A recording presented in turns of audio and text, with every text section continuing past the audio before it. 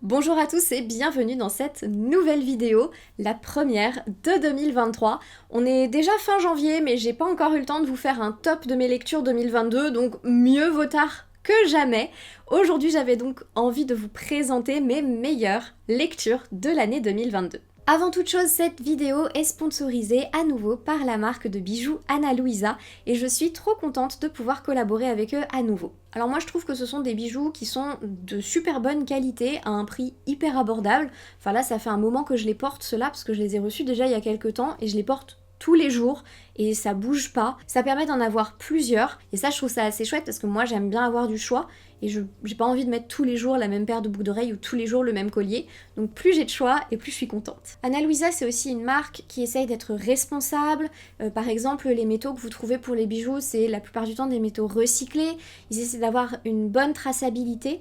Et moi j'aime beaucoup, ce que j'apprécie surtout c'est les packaging parce que quand vous recevez un colis Ana Luisa c'est pas plein de suremballage, il n'y a pas plein de plastique, c'est dans des petites pochettes comme ça en tissu et j'aime bien parce que voilà, moi ça m'embête de recevoir un colis où il y a plein de plastique ou plein de suremballage pour rien et là c'est clairement pas le cas. Donc aujourd'hui je vous propose en barre d'infos un lien vers le site où vous trouverez la sélection que je porte. En barre d'infos je vous mets aussi le code promo qui vous permettra d'avoir 20% offert. Et également sur le site vous trouverez des soldes de Saint-Valentin qui sont jusqu'au 16 février, donc du 26 janvier au 16 février, donc ça a déjà commencé. Si j'ai bien suivi, c'est un bijou acheté, l'autre est à moins 50%. Donc c'est vraiment l'occasion de se faire plaisir à soi, déjà, pour commencer. Mais aussi, si vous avez des cadeaux à faire, ça peut être pas mal du tout. Voilà, j'espère que ça vous plaira, que ça vous fera plaisir. C'est parti donc maintenant pour mon top lecture 2022.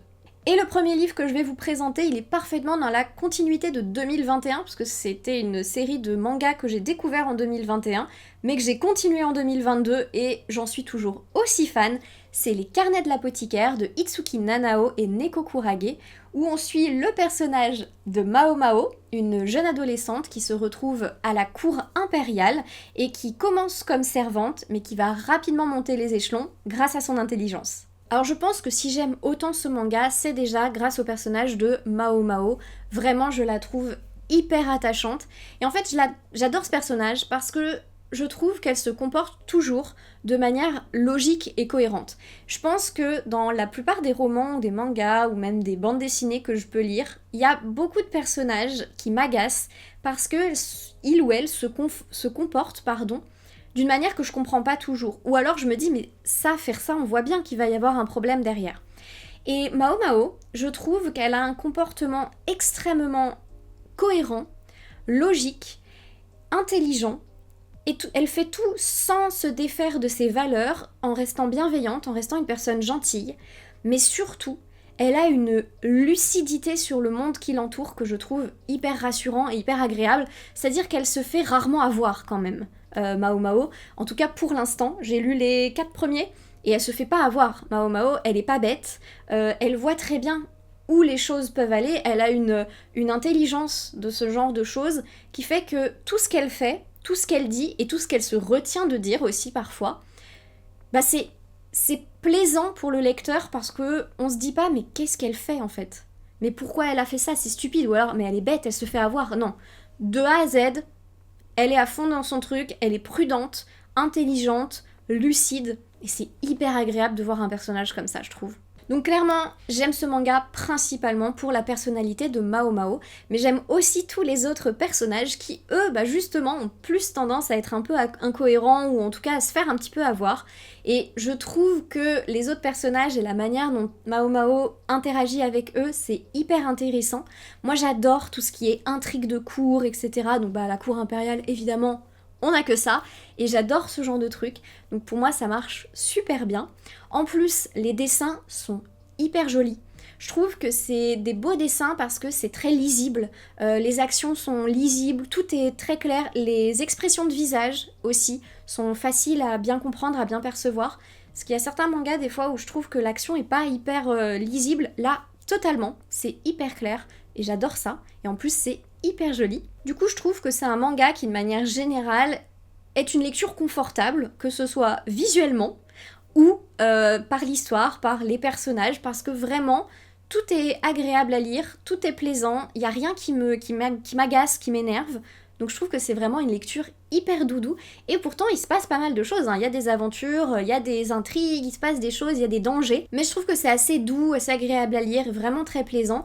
Du coup là, j'ai le tome 5 à lire et du coup j'ai hyper hâte de continuer, de découvrir la suite et d'avancer dans cette lecture parce que ça me plaît beaucoup. Donc 2023, je pense que dans le top 2023, il y aura à nouveau Les Carnets de l'apothicaire.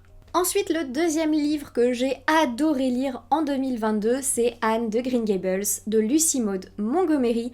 J'ai adoré faire cette lecture parce que je l'ai trouvée très agréable, très fluide et assez facile, notamment à un moment où j'avais des difficultés de lecture, donc vraiment ce livre il est tombé à pic. Bon, l'histoire vous commencez à la connaître peut-être, il s'agit donc de l'histoire de Anne, qui est une jeune orpheline, une petite fille, qui va être adoptée par Marilla et Matthew, un frère et une sœur, qui vont lui permettre de vivre une très jolie vie, beaucoup plus agréable que ce qu'elle a connu jusqu'alors. Alors moi j'ai adoré déjà parce que Anne, elle est vraiment comme dans la série, on retrouve vraiment le personnage attachant qu'on peut trouver dans la série, qui peut être un peu agaçante au début parce qu'elle parle beaucoup, elle part dans tous les sens, mais après je trouve qu'on se fait très vite à la personnalité de cette petite fille qui est quand même tellement positive et attachante qu'on a envie d'être son amie, on a envie de la supporter quoi. Et j'ai aussi beaucoup aimé parce que pour moi c'était une lecture très légère et très facile à faire, pour une raison qui au départ m'a un peu étonnée.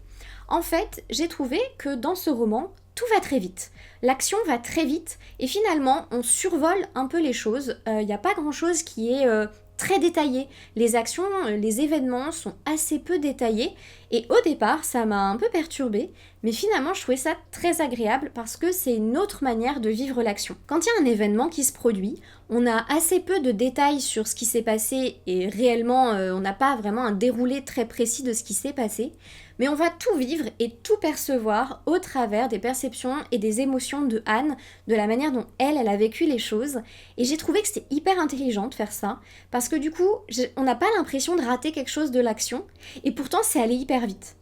Et du coup, on s'est pas perdu en description, on s'est pas perdu en fait en factuel, assez peu. Il y a très peu de factuel dans ce roman, j'ai trouvé, mais beaucoup d'émotions. Et moi, ça me plaît beaucoup. Ça m'a semblé très intéressant, très intelligent. Et du coup, c'est ce qui a fait aussi que pour moi, c'était une lecture facile à faire. En fait, c'est tombé à un moment où j'avais beaucoup de mal à lire. Et c'était vers le printemps, une bonne lecture de printemps. Et j'avais beaucoup de mal à lire, j'avais beaucoup de mal à me concentrer. Et là, ça m'a vraiment permis de me mettre à fond dedans et d'être complètement dans le roman et de le lire assez rapidement. C'est une lecture qui m'a pas pris beaucoup de temps et je trouve que c'est une lecture parfaite par exemple pour le printemps ou pour l'été. Vous savez, en été personnellement je lis beaucoup moins parce que j'arrive pas beaucoup à me concentrer, il y a la chaleur, il y a plein de choses, j'ai beaucoup de mal. Et ben je trouve que ça c'est une lecture parfaite pour l'été et je pense que l'été prochain je lirai la suite parce que j'ai hyper hâte de connaître la suite des aventures de Anne. Troisième livre que j'ai adoré lire en 2022, c'est Prospérine, virgule point, et la phrase sans fin de Laure d'Argelos. Et alors là, ça a été un gros coup de cœur pour moi. J'ai adoré parce que, notamment, quand j'ai commencé ce livre, je ne savais pas du tout à quoi m'attendre, donc j'avais pas vraiment d'attente particulière, j'avais pas vraiment d'envie particulière. On m'avait dit que c'était sympa, j'avais lu pas mal de choses dessus, je me suis dit il me fait envie. Le résumé me faisait envie, je trouvais ça assez original et je n'ai pas du tout été déçue. Alors c'est un cosy mystery, moi j'en avais absolument jamais lu, donc c'était mon premier cosy mystery et j'ai beaucoup aimé, où on suit le personnage donc de Prospérine qui vit dans un monde où les villes et les villages sont construits dans des manuscrits. Donc vraiment les gens ils sont au cœur du texte, au cœur des mots et ils prennent soin du texte d'ailleurs pour qu'il ne tombe pas en ruine. Prospérine, elle vit dans un petit village, dans un manuscrit qui est inachevé d'ailleurs, et plutôt que de s'occuper des lettres, elle a décidé d'être fleuriste et de s'occuper des fleurs et des plantes, et un jour, dans sa boutique, elle va découvrir un cadavre. À partir de là, elle va donc commencer à mener l'enquête et elle va être accompagnée de deux personnages en particulier, Ernest, son frère, et Honoré, qui est un ancien habitant de son village, qui vit aujourd'hui à la capitale et qu'elle trouve particulièrement agaçant, mais qui a quand même pas mal de choses à lui apporter en termes d'informations. Donc au départ, elle va devoir accepter sa présence, elle va s'y faire parce que Honoré, il est pas si désagréable que ça. Moi j'ai trouvé très bien écrit déjà la manière dont s'enchaînent les différentes étapes du roman, je trouvais que c'était très fluide, c'était facile à lire, vraiment agréable, confortable. Même le personnage d'Honoré au départ qu'on a tendance à trouver agaçant, bah, on s'y attache très très vite. Tous les personnages sont attachants d'ailleurs, j'ai trouvé. Prospérine, elle est trop mignonne, elle m'a beaucoup plu. C'est une femme d'action et elle n'hésite pas à se lancer dans des trucs même quand c'est dangereux. Donc vraiment, je l'ai trouvée hyper mignonne. Et le style aussi, je l'ai trouvé très agréable. Le style de l'autrice, c'est agréable à lire, c'est bien structuré et en même temps, c'est pas pompeux. J'aime pas les styles trop lourds. Et là, non. C'est hyper confortable à lire, très fluide, et on est vraiment emmené dans l'histoire, on a envie de savoir ce qui va se passer, on a envie de savoir la vérité aussi, qu'est-ce qui s'est passé exactement, et on est vraiment... moi j'ai vraiment été emmenée par l'histoire, et je me suis pas posé de questions, j'ai suivi la trame, et c'était parfait pour moi, et j'ai trouvé que tout était bien équilibré, il y a le côté... relation entre les personnages, il y a le côté un petit peu plus aventure, action, et puis l'enquête en elle-même, et tout est très bien équilibré, donc c'est très plaisant. Du coup, je vous conseille vraiment Prospérine, virgule point, et la phrase sans fin si vous connaissez déjà un peu les cosy mystery, mais si c'est pas le cas, allez-y les yeux fermés, parce que vraiment, j'ai trouvé que pour quelqu'un qui n'a pas l'habitude, bah ça reste hyper agréable. Alors dans mon dernier point lecture, j'ai parlé de 2 romans que j'ai particulièrement adorés et ils vont tous les 2 faire partie de mon top 2022, à commencer par Neverwhere de Neil Gaiman, qui a été pour moi une lecture incroyable. Dans ce roman, on suit le personnage de Richard, qui est un personnage totalement dépassé par sa propre vie et profondément sans intérêt, ce que je trouve déjà assez génial comme postulat de base. On a le héros le moins intéressant qu'on puisse trouver. Et un jour, il va faire la rencontre de Porte, une jeune femme qui vient de la Londres d'en bas, et il va l'aider, il va lui venir en aide, et à partir de là, sa vie va être complètement changée, puisque les gens qui étaient dans sa vie ne vont plus le reconnaître, et certaines personnes vont même ne plus du tout le voir. Il va donc partir dans la Londres d'en bas pour essayer de retrouver sa vie. J'ai trouvé que le chemin de Richard, c'était, je pense, un des plus fascinants que j'ai lu de toute ma vie. Réellement. Le mec, il avance toujours tout droit. C'est le type, il se pose pas de questions, il va tout droit. Dans sa vie, avant de rencontrer Porte, le mec va tout droit. Il arrive des choses dans sa vie, bonnes pour la plupart, hein, plutôt des trucs positifs, mais il y a rien qui est choisi, tout est subi, réellement.